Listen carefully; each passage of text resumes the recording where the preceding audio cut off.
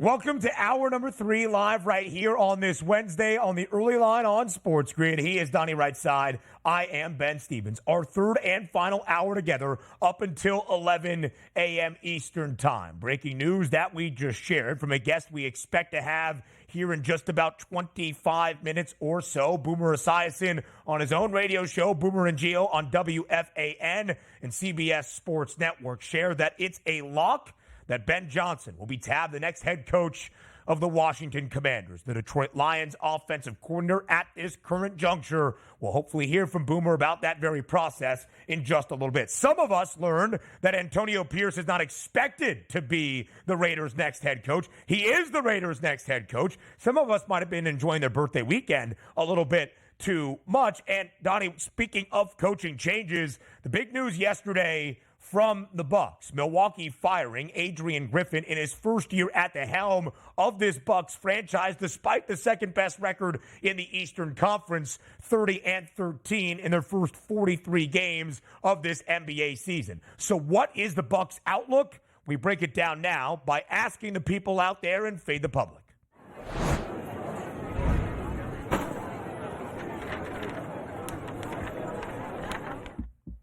At SportsGrid TV on Twitter, how far will the Bucs go this season? Again, 30 wins, tied for the second best record overall in the NBA, and yet they trail the Boston Celtics by about 4.5 games. We welcome in our SportsGrid radio audience here. Before we get into the Fade the Public poll, he is Donnie Rightside. I am Ben Stevens. You're listening on Sirius XM Channel 159. All of our radio terrestrial affiliates now in the fold as well. How far will the Bucs go this season? The 4 listed options in our Fade the Public poll: NBA champions, Eastern Conference champions, reaching the Eastern Conference Finals, or getting bounced before that, either in the Eastern Conference semifinals or in the opening round of the NBA playoffs. Ultimately, Donnie, no championships this year for Milwaukee, according to the public. Either it's an Eastern Conference Finals berth, but losing in that series, or an exit before that. 39% saying round 1 or 2, 34% more saying probably an Eastern Conference Finals exit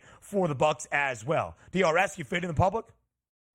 Yeah, I'm going to agree with the public here. And also, I voted with the public, 39.4% rounds 1 or 2, just because I like to put the hater hat on and knock them out quickly here. Whether or not they were making a coaching change or not, beginning of the season, middle of the season, end of the season, I always thought it was going to be the Celtics anyway, moving on into the NBA Finals. So I wouldn't have picked them Eastern Conference champs and or NBA champs either way. But I do think the public got it right here. Conference Finals make some sense because at the start of the season, we thought it was the Celtics and the Bucs in the Eastern Conference. And if they meet there, that will be correct. But now you're throwing a little bit of turmoil into the season. And as JY came on and pointed out, one of the toughest schedules left in the NBA is for the Milwaukee Bucks, which maybe they don't even take down the number 2 seed, which means that path is going to be a little bit harder just to even get or make it to the Eastern Conference Finals. So it's legitimate. Rounds 1 or 2 now on the table for Giannis and Lillard. When that trade initially went down where Lillard went to the Bucks, like, hey, this is going to be a guaranteed matchup between the Celtics and or the Bucks here, making it to the NBA Finals. That doesn't look like the case anymore. Of course, last year it was overwhelming postseason disappointment for Milwaukee that led to the dismissal of Mike Budenholzer, that led to the hire of Adrian Griffin, that presumably will lead to the change that makes Doc Rivers the head coach in Milwaukee. Postseason disappointment, sorry, Doc, is what he knows very, very well. 54.5, the updated win total for Milwaukee. You would think for this Bucks team, 43 games played so far, 39 remaining, to get 25 wins at the pace they're on should be relatively smooth, except Milwaukee has the hardest schedule remaining in the NBA. And Donnie, we use things to evaluate odds here, right? We use those odds in terms of how we truly look at teams. If you're expected to win a game, you're booked as an 8.5-point favorite, but you only win by 1 against a team that's an even 500, yeah, you got the win straight up. But how did it really appear? What is your overall evaluation? And that's where the Bucks have struggled. And that's where a 30-13 record might be a little bit of a false alarm in a way, or slightly misleading, because Milwaukee's the third worst cover team in the NBA, 16-26-1 overall against the spread, booked as a favorite 41 times in their 43 games so far, just 15-25-1 ATS.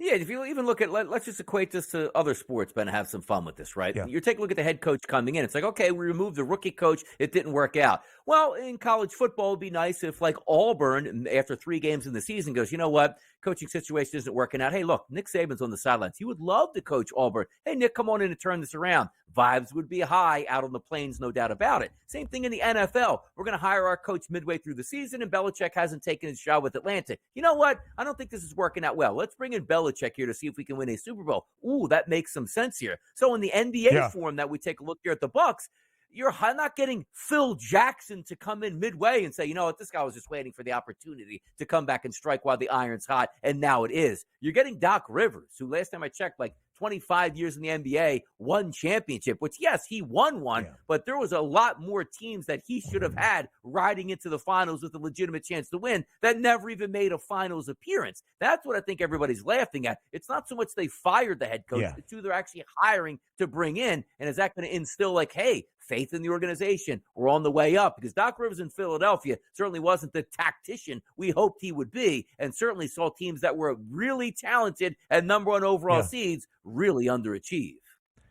Donnie, you know this well, and you made the point. NBA organizations are not judged on regular season achievement. If you win 14 of your 17 games in the NFL, what a year that was to be the number 1 overall seed. If you win 60 of 82, big whoops if you get bounced in the conference semifinal round. And that is what Doc Rivers has done. Now, as for your point, the Bucks looked at what they had with the investment now adding Damian Lillard to the fold, and they did not like the direction under Adrian Griffin. Schematically, the use of Dame in the lineup, it's been a down year, really, for Dame by his standards in his decade plus in the NBA, so that's why they made the change.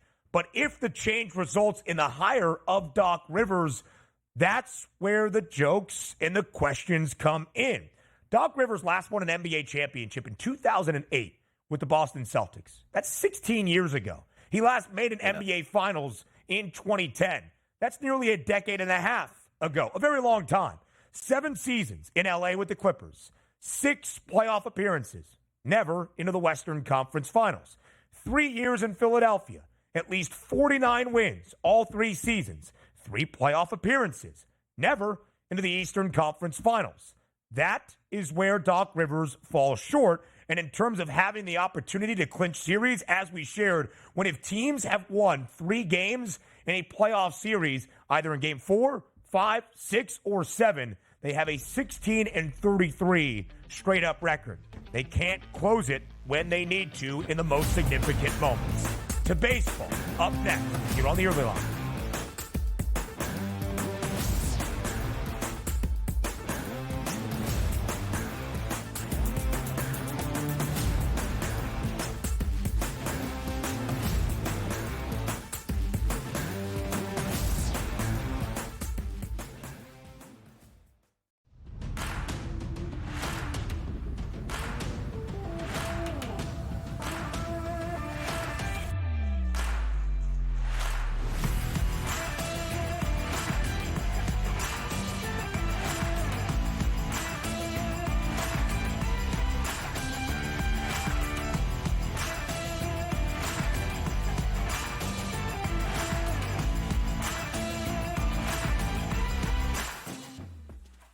Quarterback at quarterback. We're going to lay some juice. We're going to have some dog prices, and we're going to go right in the middle. Because I don't know what they're doing. To me, they're in a complete rebuild, Kev. Go run, run, run. That's where overbackers on this 51.5 shot. So right now he's all a little bit more over money, but it's hovering right around. The winner of this game will be the division I favorite. don't care if they win, because all we care about is the money, baby, the money. Pro Football Today. It's smarter to be on SportsGrid. I'm not going to lie. I'm a Knicks fan. I feel bad for Obi Toppin. I mean, Obi Toppin was backing up Julius Randle, and then he got his opportunity in Indiana, was playing great, didn't play deep, brought him off the bench, and now they got Pascal Siakam, and now he's going into a free agent year. So Obi may be looking for a new home. But I do like that fast break if it's Halliburton with Obi and Siakam. Betting above the rim, only on SportsGrid. they were best friends. Like like Siakam's best friend on the team was Chris Boucher. Chris Boucher's best friend on the team was Pascal Siakam. They're not American, right? So there's different cliques in the NBA. And they were very, very tight. So Chris Boucher, I got rattled like seeing Chris Boucher and thinking about the memories. But Raptors responded. Sports Rage Late Night, only on SportsGrid. One that's been to a sporting event, the atmosphere before a game, I think Game Time Decisions has that same exact atmosphere. This is our arena. This is what we do. There is going to be an energy to Game Time Decisions that you will feel night in and night out. The excitement you get when you lock your bets in, when you're figuring out what you want to do, we can zone in on the biggest games each night. I want this to be the place that people come to before the games start so they feel as ready as possible to lock in their cards. We are going to hit every single one of those markets that you need to know about. We're going to go through every single thing, and I've got a great team behind me that's going to help me get the job done. There is not going to be a better place, I promise you, than Game Time Decisions to get that new information, react to it, and be able to then bet accordingly. We will have everything at our disposal, and we will use that to our advantage. I'm Kevin Walsh. Tune into Game Time Decisions from 6 to 8 p.m. Eastern on SportsGrid.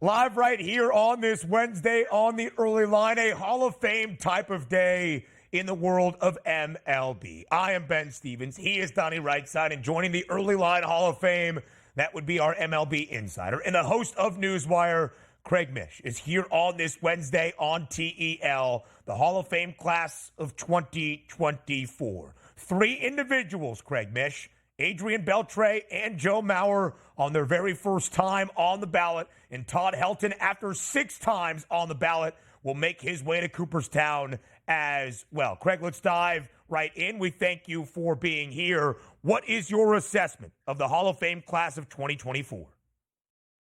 Yeah, I mean, look, I really think that it's great that 3 players got in.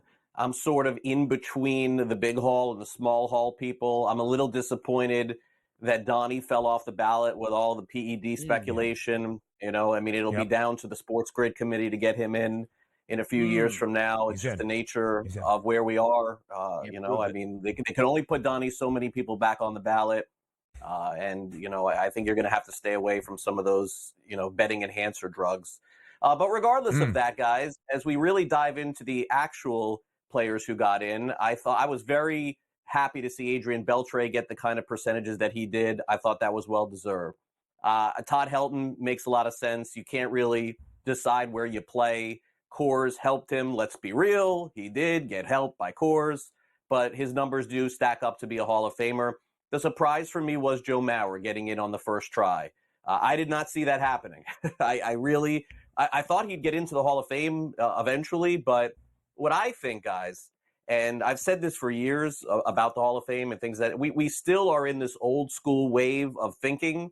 And because of that, players who play on one team for their entire career are being rewarded, and players who played on a lot of teams over the course of their career are being penalized. I mean, the data is there to show you this. This is why Gary Sheffield is not in the Hall of Fame. This is why Jeff Kent is not in the Hall of Fame. Stack Kent's numbers up against Chase Utley. Kent didn't get in. Utley's going to get in a few years from now. So I don't know why that is the case, guys, but that definitely seems to be the thing. It's probably the reason why Billy Wagner, it's taking him 15 years to get in the Hall of Fame. For some reason, the voters love these guys who are like, oh, they stayed with one team all the way through and didn't choose to go get more money from another team. I don't understand it, but that's the dynamic of what the Hall of Fame is. Taking the future, because we did get 3 guys in, as you said. Billy Wagner just missed. Need that 75% threshold. Comes in at 73.8, so maybe next year here. But let's talk about some of the guys that have been on that too, like A-Rod or like the steroid era guys. I know there's sort of that never get in some voters have, but I know some voters also, Craig, over the past couple of years starting to come around to the notion of we'll let bygones be bygones. That was the steroid era. Some of those guys getting votes now. Are we changing our opinion that way? And is there chances guys like A-Rod could actually make the Hall of Fame? Yeah, I mean, I don't think so. He went down a little bit in the voting this year. The disappointment is Sheffield because, look, everybody has their own narrative. Everyone has their own agenda as to why players got in or not. It doesn't make it right or wrong. That's what makes it fun to talk about because it's strictly an opinion. Now, I can give you mine. My opinion is when the rules are in place, if guys got caught for doing PEDs, that's the end. They broke the rules as far as Major League Baseball is concerned. So as great as Manny Ramirez was over the course of his career, he was taking like some horse stuff and he got caught twice doing it. Like, he broke the rules. He got caught. I love Manny. He was a fantastic player. But at that point, the rules were in place.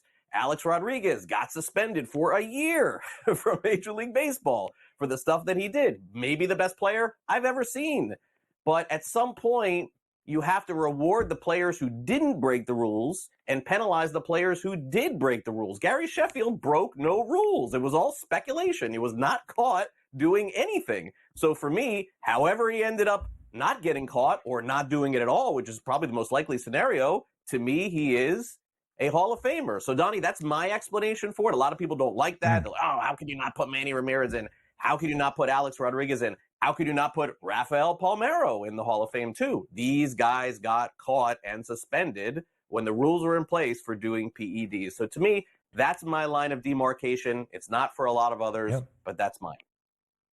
And there is not necessarily a single line of thought or a criteria you need to meet to make the Hall of Fame. It is individuals voting on who gets to go to Cooperstown. The Hall of Fame class of 2024, Joe Mauer, Adrian Beltre, and Todd Helton, who, when I looked up Todd Helton to see when Peyton Manning took over for him at the quarterback spot at Tennessee during the 1994 college football season, Todd Helton leads the Rockies in pretty much every major stat category in the history of that franchise. Craig, the hot stove, a little bit more than a simmer over the last couple of days. A big deal in H-Town. Josh Hader is making his way to the Astros. A 5-year deal worth $95 million with Ryan Presley already there in the back end of that bullpen. Might be one of the best 1-2 punches you will see in MLB. Craig, what do you make of the Astros first and foremost at the top of that list in the acquisition of Josh Hader? Yeah, I think, and we'll get to Rhys Hoskins, but for Hader, what's happening is people are confusing Hader's situation with some of the others, meaning that because Bellinger hasn't signed and because Blake Snell hasn't signed, they're looping Hader in with that, but they're not represented by the same people. Hader is represented by CAA. Those others are Scott Boras. Hader, in particular, guys, let's get it real at this point. He's tired of sitting around. I mean, that's it. You just, get. I don't need to break the $120 million from Edwin Diaz. Get me in a place wherever the money is. He got close to it, $100 million. Good job by him getting this done. I think the most underrated part of this discussion, guys, is most of these players, not all, have families. They have no idea where their kids are going to go to school next year. Like none right now. They have no idea where they're going to go to spring training. Is it Florida? It is not as simple as just saying, they'll figure it out because they're millionaires. These are people too. So I'm glad that this has gotten the ball rolling a little bit. Hader, yes, you're right. In the back end of the Astros bullpen, very formidable with him and Ryan Presley. The thing that I'm going to watch with Hader in particular is that toward the end of his career, he was pretty much saying, hey, look, until I'm a free agent, he didn't say this, but until I'm a free agent and sign with somebody, I'm pitching 1 inning and I'm getting out of the game. I wonder now if that will change with Houston and what kind of conversations had there. Will he throw an inning and a third, an inning and 2/3, maybe 2 innings? Because remember, he came up as a starter. He could be an incredible weapon out of that bullpen. I love the signing for the Astros. Yeah, let's flip it over to Milwaukee. You're getting Rhys Hoskins on a 2-year deal from the Philadelphia Phillies. Last time we saw Rhys Hoskins in Philadelphia in spring training, tearing up that knee. You take a look at that top 5 here now in that lineup for Milwaukee. Yelich, Contreras, Frelick, Hoskins, and Adames. That's a nice little power bat in the middle of that lineup for the Brewers, who are always looking for some extra offense, Craig. Yeah, it looks like Hoskins, the deal is kind of 1 year. He can opt out after the first year, very similar to Michael Conforto's deal when he signed after missing some time. with the Colorado Rock or the San Francisco Giants, excuse me. I think Hoskins does the same thing. I think he plays out this year, sees how it goes. If it goes better than that contract, Donnie, I think he opts out, goes back to free agency. By the way, the Brewers, they'll see how their season goes too. They could potentially trade Hoskins halfway through the year. And so as we look at the available free agents still outstanding, Blake Snell, Cody Bellinger, Matt Chapman, some big names on this board. Craig, when do you expect these big names still out there to sign with new teams?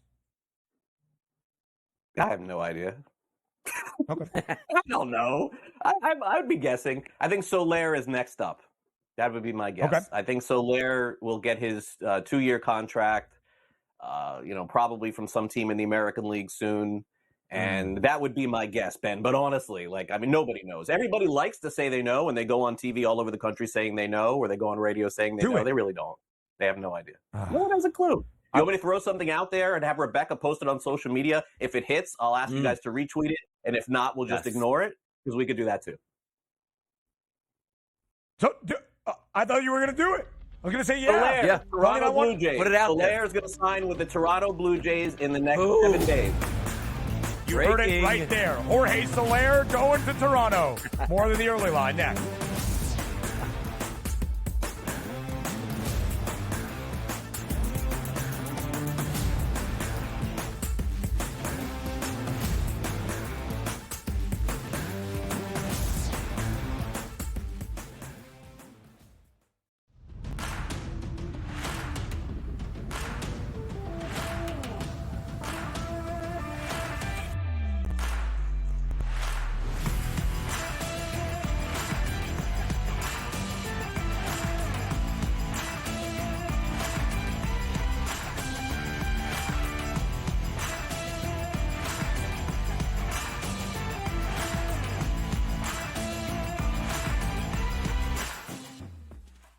Quarterback at quarterback. We're going to lay some juice. We're going to have some dog prices, and we're going to go right in the middle.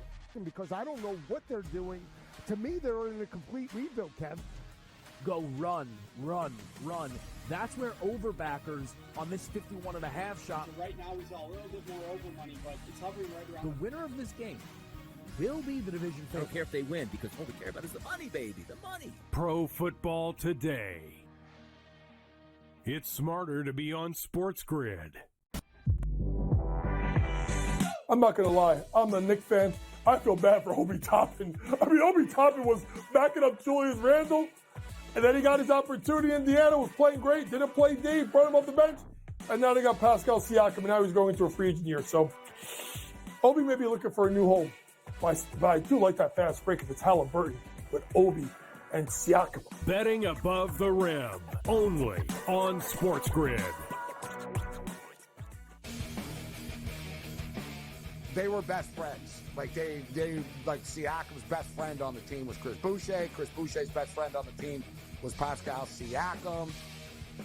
They're not American, right? So there's different cliques in the NBA, and they were very, very tight. So Chris Boucher, I got rattled seeing Chris Boucher and thinking about the memories. But Raptors responded.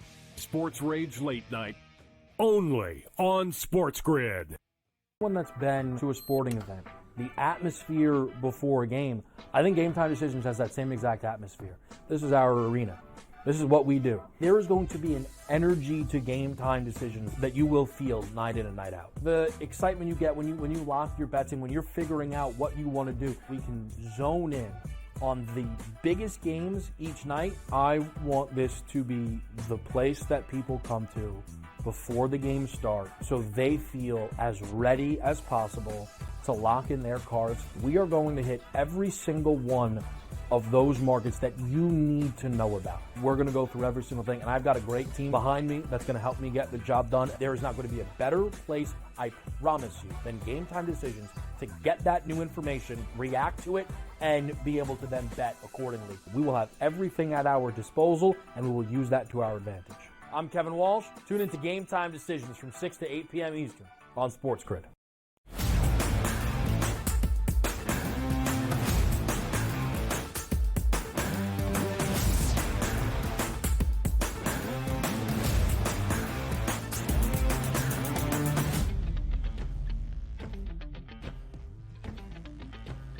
Just 4 days away from the NFL's Final Four taking the field on Conference Championship Sunday. We welcome you back to the Early Line live right here all across the SportsGrid network. It's Ben, it's Donnie, and Boomer Esiason joins us live on this Wednesday on the Early Line to forecast Conference Championship weekend, the two matchups that we have, first in the AFC and the NFC, and a little bit of the coaching carousel around the NFL as well. Boomer, thank you so much for taking the time to join us here on this Wednesday.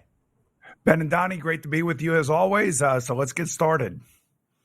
So, Boomer, just about an hour and a half ago on your own show, Boomer and Gio on WFAN, you were talking about the Lions offensive coordinator, Ben Johnson. Of course, his Detroit team in action in the NFC Championship game on Sunday evening in Santa Clara against the 49ers. And you said that Ben Johnson is going to be the next head coach of the Washington Commanders. So, of course, the Lions in action on Conference Championship Sunday. To the best of your knowledge, how is this process playing out between the Commanders and Ben Johnson?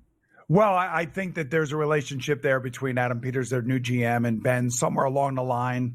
I knew that when he was named GM that it was a really good chance that Ben would definitely be the head coach of the Commanders. Now, that hasn't been officially put out there by the Commanders because it can't, because Ben is still working.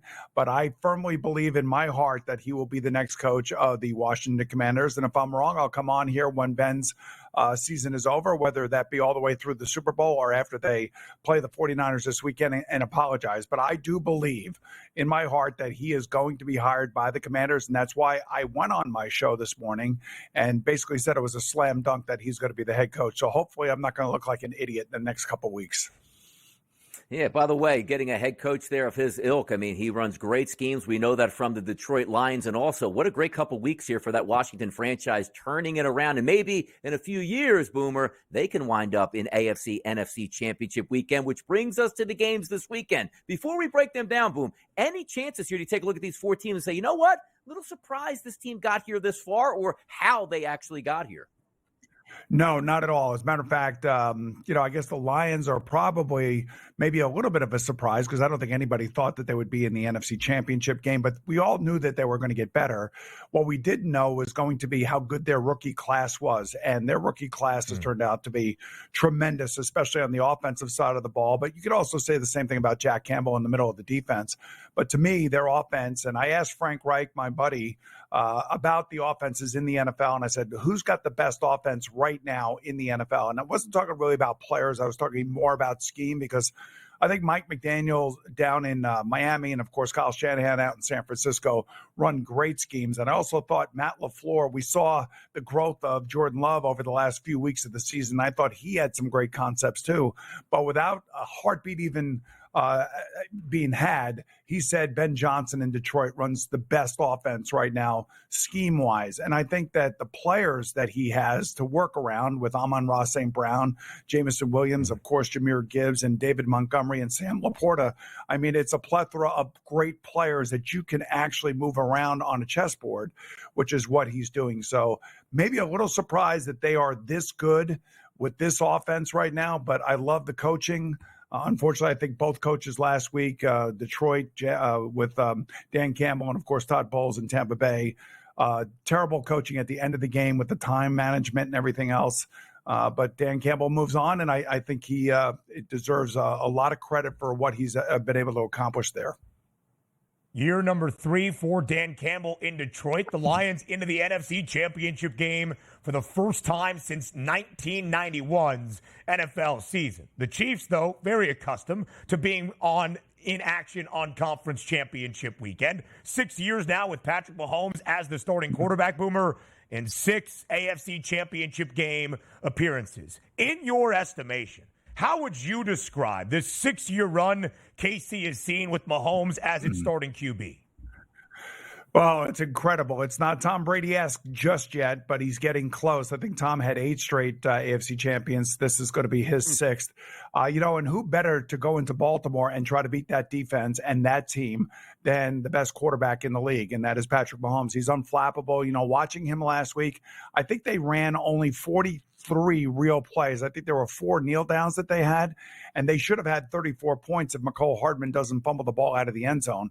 Think about the efficiency, the explosiveness, the over 20-yard plays that they were able to run in Buffalo in front of that fan base under those conditions. They didn't have one false start.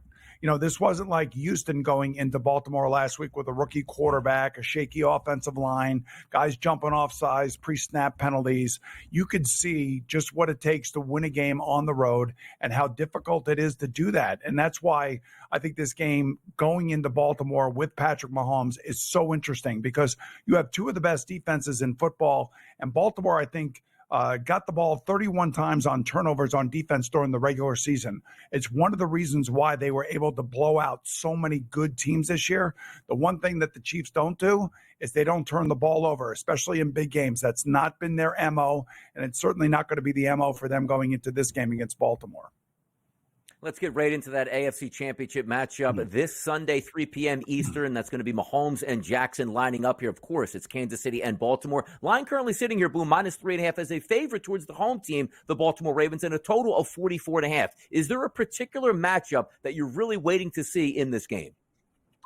You know what? We talked last week on the NFL Today on CBS, and Phil Simms brought up a really good point. We thought the weakness of the Kansas City Chiefs, and we still think the weakness of the Kansas City Chiefs are their 2 offensive tackles. But they played really, really well last week on the road in Buffalo. So if they play like they played in Buffalo, now all of a sudden you have a full team. You have a good offense. You have a quarterback that's not going to be harassed into making mistakes.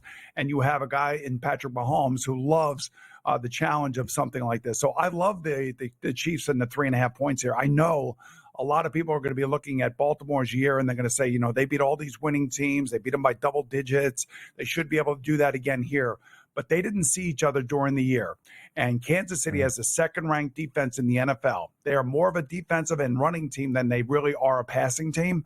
But when they need to make plays, they got the best quarterback in the league, in my eyes, to deal with all of the chaos that Mike McDonald's defense brings to the home field, if you will, for the Baltimore Ravens. So I like the Chiefs in the 3.5. I'm not so sure that they're going to win the game, but I felt this way last week. I took them and the points, and I thought it was going to be a 1-point game one way or the other, and it was almost turned out to be 31-30 because I thought that's what it was going to be.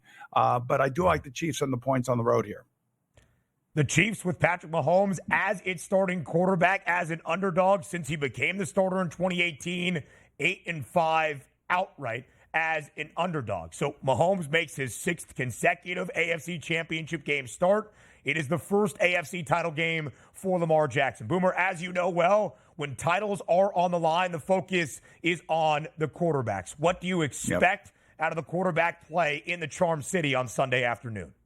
Well, Lamar's different this year. He's taken a much more aggressive leadership approach, and I think it's something that John Harbaugh totally appreciates. And what came out of that game last week against Houston is that Lamar went off in the locker room at halftime.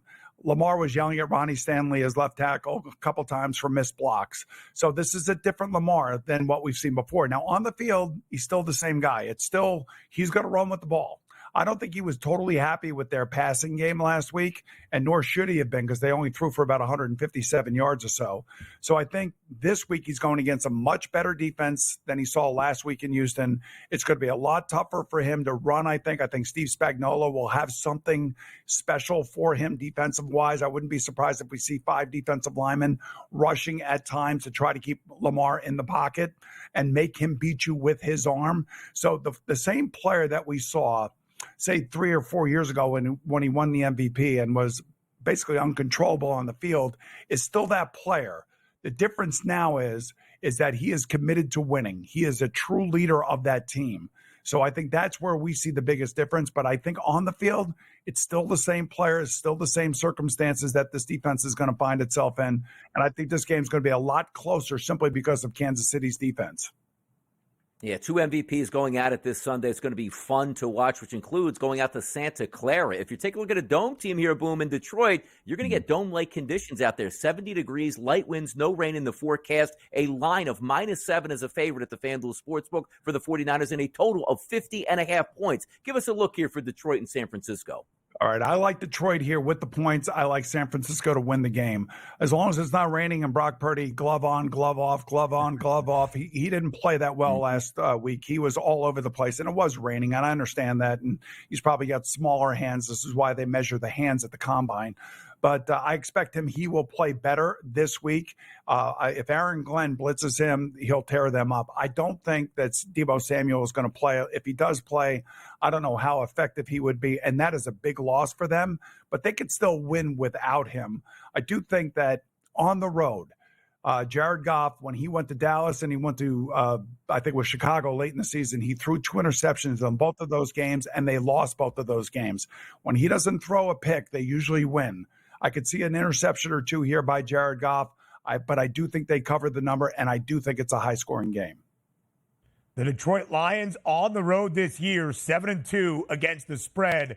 But in terms of Jared Goff in a dome, 24 touchdowns to only 6 interceptions this year, playing outdoors, 5 TDs to 4 picks. Narratives for both quarterbacks entering the NFC Championship game on Sunday night in Santa Clara. Boomer Esiason joining us here on this Wednesday on the early line. Breaking news and breaking down Conference Championship weekend. Boomer, we appreciate the time. Best of luck in the travels to Baltimore this weekend. Always my pleasure, guys. Thanks. Have a good week. See ya.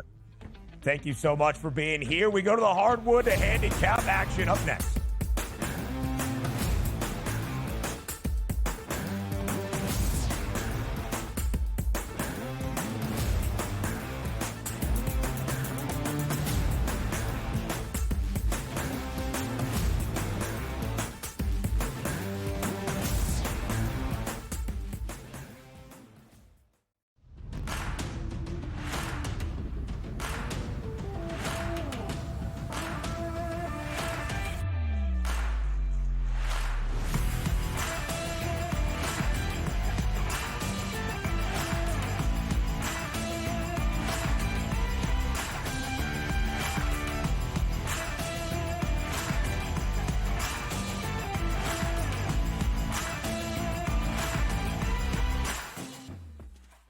Quarterback at quarterback. We're going to lay some juice. We're going to have some dog prices, and we're going to go right in the middle. Because I don't know what they're doing. To me, they're in a complete rebuild, Kev. Go run, run, run. That's where overbackers. I mean, Obi Toppin was backing up Julius Randle, and then he got his opportunity. Indiana was playing great, didn't play deep, brought him off the bench, and now they got Pascal Siakam, and now he's going into a free agent year. So Obi may be looking for a new home. But I do like that fast break if it's Halliburton with Obi and Siakam. Betting above the rim, only on SportsGrid. They were best friends. Like Siakam's best friend on the team was Chris Boucher. Chris Boucher's best friend on the team was Pascal Siakam. They're not American, right? So there's different cliques in the NBA. And they were very, very tight. So Chris Boucher, I got rattled seeing Chris Boucher and thinking about the memories, but Raptors responded. Sports Rage Late Night, only on SportsGrid. One that's been to a sporting event, the atmosphere before a game, I think Game Time Decisions has that same exact atmosphere. This is our arena.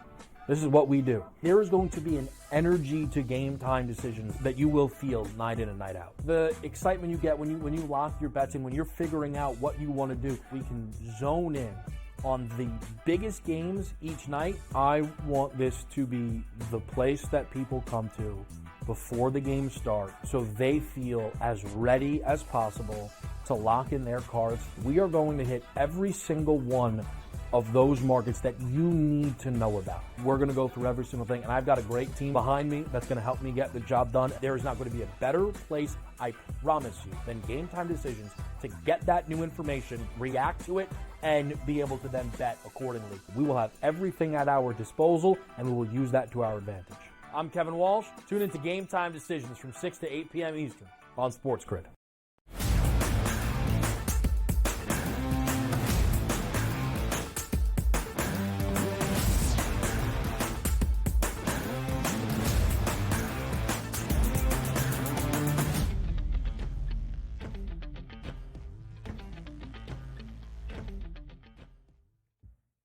Live on the early line on this Wednesday on SportsGrid, the two premier NBA handicappers break it down for you before we get to college hoops on this Wednesday night as well. Of course, what a day it was in Milwaukee yesterday. The Bucks firing first-year head coach Adrian Griffin after only 43 games, despite winning 30 of those 43 and having the second-best record in the Eastern Conference, tied for the second-best record in all of the association. Milwaukee in its first game tonight without Adrian Griffin on the sidelines. Joe Prunty is the interim head coach. Will Doc Rivers officially be named the head coach by the time they tip tonight inside the Pfizer Forum? The Bucks a 6.5-point favorite against the Cleveland Cavaliers. All eyes on Milwaukee. The over-under 237. Donnie, we were talking about this game during the break.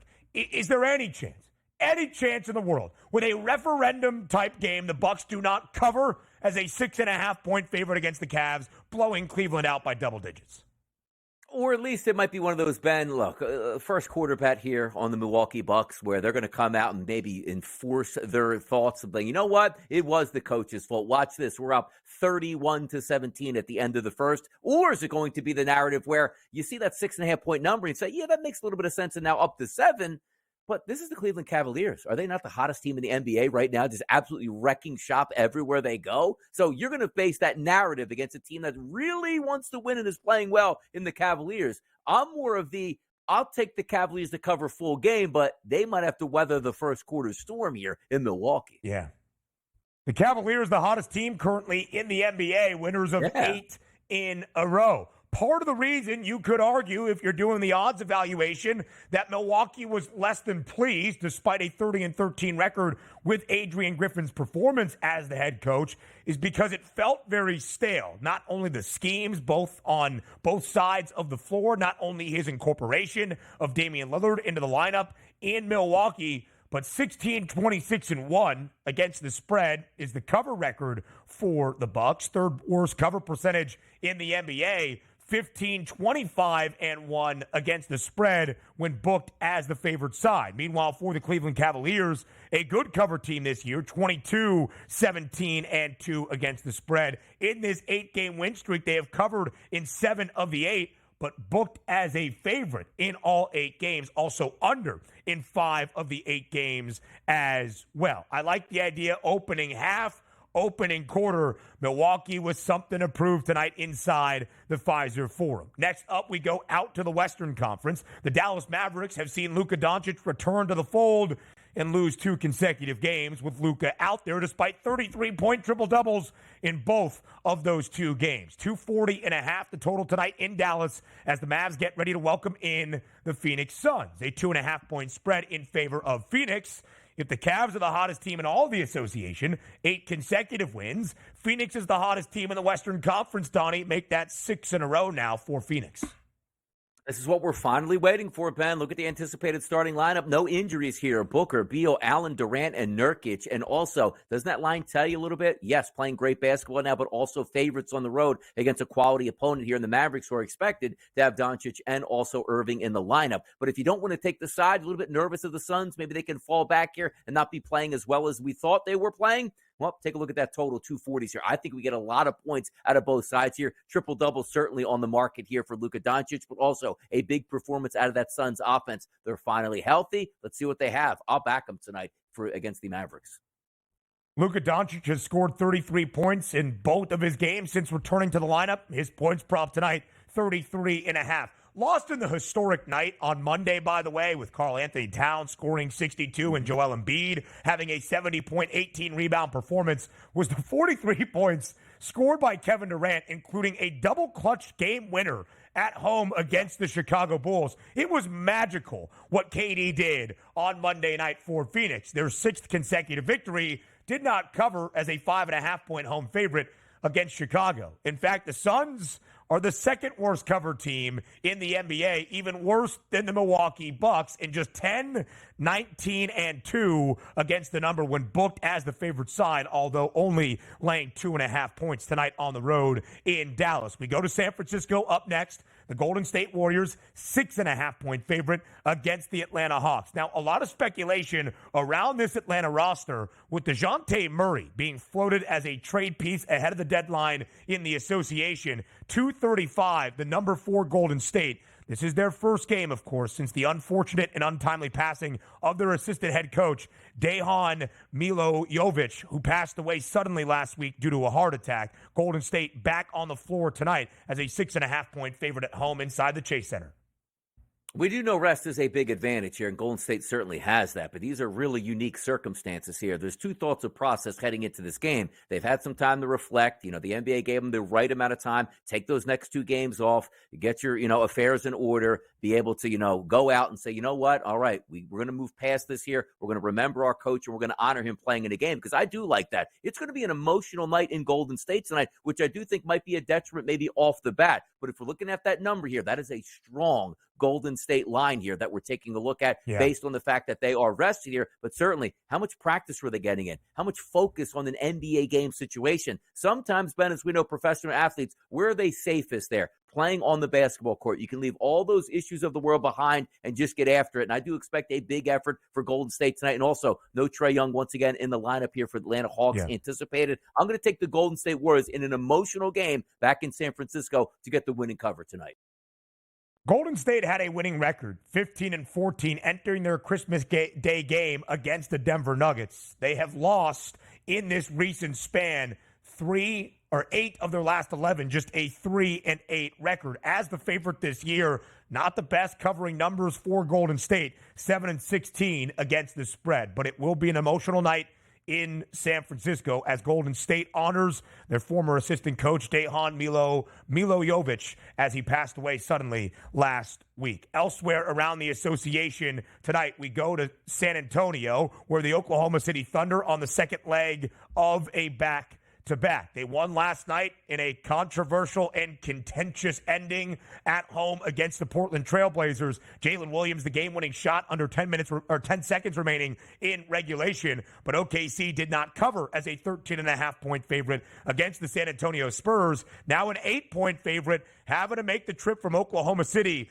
to San Antonio, second leg of a back-to-back, over under 242.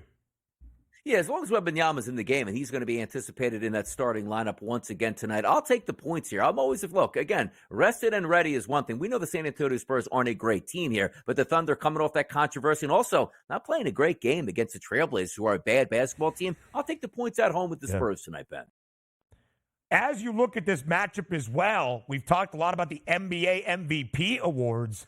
Victor Wembanyama, back to the odds-on favorite to win NBA Rookie of the Year, -125 in front of Chet Holmgren, who will play tonight for Oklahoma City in that projected lineup. Even money for Chet at +100. Also kind of lost in the 70-point, 18-rebound performance Joel Embiid all wowed us with on Monday was Victor Wembanyama in that game, scoring 33. His points prop tonight, 23.5 for most of the early portion of this NBA season and Vic's rookie campaign. That number, 17 and a hook, 18.5, now 23.5. San Antonio, one of 3 teams, Donnie, around the NBA with less than double-digit wins this season. Well, there's a team that just got the double digits because they had a dramatic fourth-quarter comeback against Minnesota on Monday night, despite Karl Anthony Towns scoring 62 points.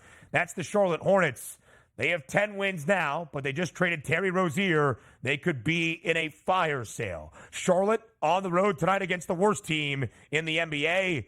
That would be the Detroit Pistons. A 4-win season so far for Detroit. Somehow, some way, Donnie, booked as a 3.5-point favorite at home tonight in the Motor City. You're supposed to look at that line as a handicapper and say that is a stone-cold Pistons line because that team stinks and they're favored. They should never be favored. But then again, you bring up the points. Right. Charlotte isn't a very good team, and they're in flux right now. And still having said that, I will take the Charlotte Hornets in this basketball game because why? Detroit should never be a favorite in any basketball game. Should Detroit win, I'll tip my cap and move on. But no, I'm not laying points with Detroit. Nope, no way. Nor should you. The Detroit Pistons have only been booked as a favorite 3 times, unsurprisingly, for a team that has the worst record in the NBA, 4-39. 3 times a favorite, 40 times an underdog. They're not good covering numbers regardless, but as a favorite, 0-3 both straight up and against the spread, not covering by an average margin of 14.5 points per game, losing outright by an average margin of 12 points per game. I was surprised to see Detroit as a 3.5 point favorite. We go from Detroit to Chicago. Well, really, Evanston, the land of Lincoln battle tonight in college basketball. Number 10, Illinois, on the road in Welsh Ryan Arena. A house of horrors for ranked teams in Big Ten play. The Illini with Terrence Shannon Jr. back into the fold, now a 3.5 point road favorite in Evanston against Northwestern. Illinois won the first matchup between these in-state rivals earlier this year by 30 points, but that was in Champaign. This is in Evanston. What's your breakdown tonight in the Big Ten? Yeah, we're going to go with Illinois in this game because you are getting a boost back that's not technically in the numbers just yet here, lining up with Terrence Shannon. But also, Northwestern, how do you win these basketball games, Ben? Dig in, play good defense.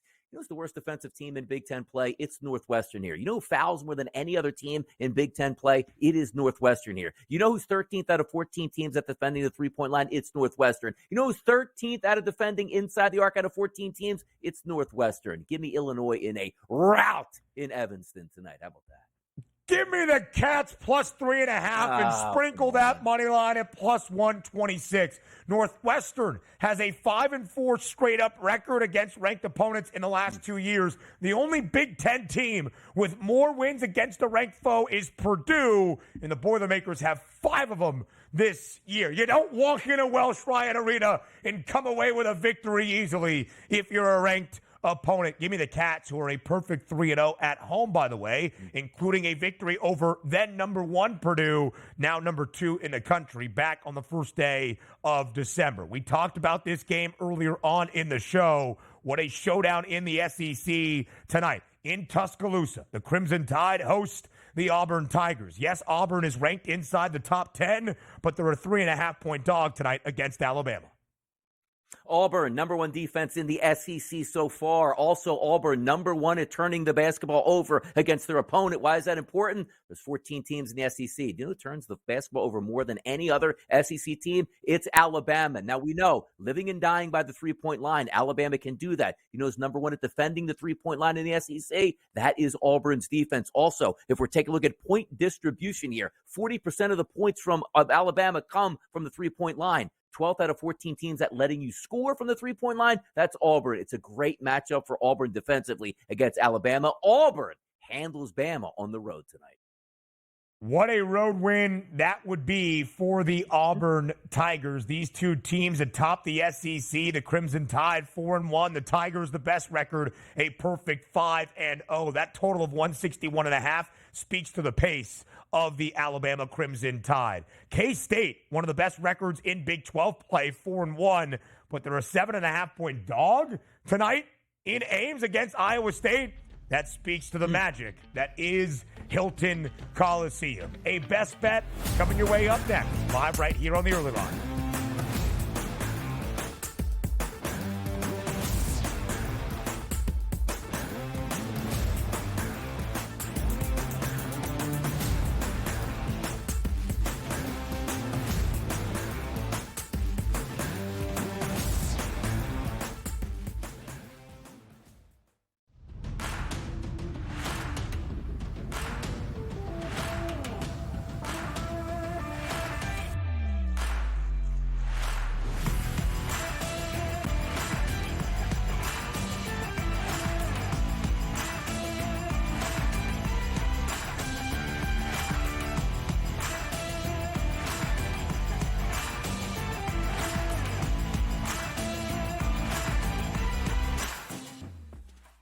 Quarterback at quarterback. We're going to lay some juice. We're going to have some dog prices, and we're going to go right in the middle.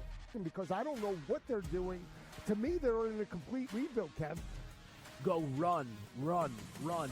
That's where overbackers on this 51.5 shot. So right now we saw a little bit more over money, but it's hovering right around. The winner of this game will be the division I don't favorite. care if they win because all we care about is the money, baby, the money. Pro Football Today. It's smarter to be on SportsGrid. I'm not going to lie. I'm a Knicks fan. I feel bad for Obi Toppin. I mean, Obi Toppin was backing up Julius Randle, and then he got his opportunity. Indiana was playing great, didn't play D, brought him off the bench, and now they got Pascal Siakam, and now he's going into a free agent year. So Obi may be looking for a new home, but I do like that fast break if it's Halliburton with Obi and Siakam. Betting above the rim, only on SportsGrid. They were best friends. Like Siakam's best friend on the team was Chris Boucher. Chris Boucher's best friend on the team was Pascal Siakam. They're not American, right? So there's different cliques in the NBA, and they were very, very tight. So Chris Boucher, I got rattled seeing Chris Boucher and thinking about the memories. But Raptors responded. Sports Rage Late Night, only on SportsGrid. One that's been to a sporting event, the atmosphere before a game, I think Game Time Decisions has that same exact atmosphere. This is our arena.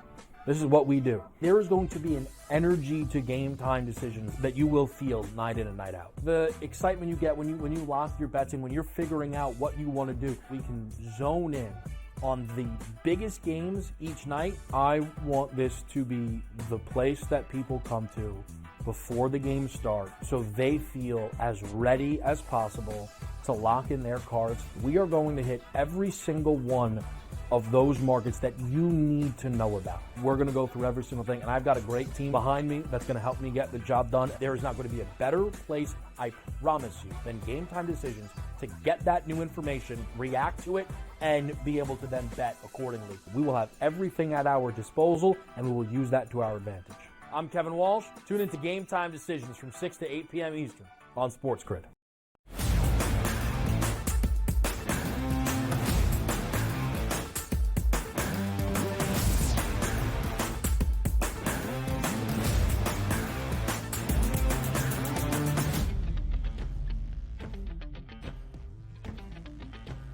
Live right here, closing out our 3 hours together on the early line on this Wednesday. It's Ben, it's Donnie, it's the SportsGrid app, the ultimate sports betting companion app, available for download at both the Apple and the Play Store. Scan that QR code on your screen. And on this Wednesday, a special for you. Once you download the app, you get 5-star plays inside the SportsGrid app. Those are known as best bets. Here's a double for your time on this Wednesday. 2 best bets from these guys right here. So before we say farewell and before we say goodbye, it is time for bye, bye, bye.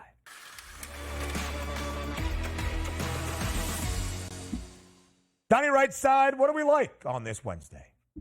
Let's line it up, pick something special here. Let's take the points out of play tonight, Ben, here. So I'm going to go with a 3-team money line parlay that pays out at a plus 416 price. It's the 3 games we just went over. I think Iowa State wins straight up. Yeah, it's expensive, minus 335, but pair that with Auburn, a plus 140 price, and we'll pair that with Illinois. 2 Road Warriors, 1 game in Hilton Magic. That plays out at a plus 416. Iowa State, Auburn, and Illinois, moneyline parlay. Let's get it done tonight, and let's have some fun. Let me focus on that game inside the Hilton Coliseum, where the Iowa State Cyclones are perfect at home throughout this 2023-24 college basketball season. TJ Otzelberger, in his time in Ames, has been sensational for this Iowa State side, especially on the defensive end of the floor. Iowa State, 2 home games in Big 12 play, 2 victories, 2 unders. I agree with the line being 7.5 in favor of the Clones, despite K-State being tied with Texas Tech for the best mark in Big 12 play at 4-1. And if Iowa State is in control, total stays under 134.5. That is my best bet on this Wednesday. And you bet your bottom dollar, I'm laying the 6.5 with the Milwaukee Bucks in honor of our guy Joe Lisi. Oh, yeah. We might alt minus 9.5 for the Bucks as well. He's Donnie. I'm Ben. We'll talk to you tomorrow, 8 a.m. Eastern time, live right here on the early line.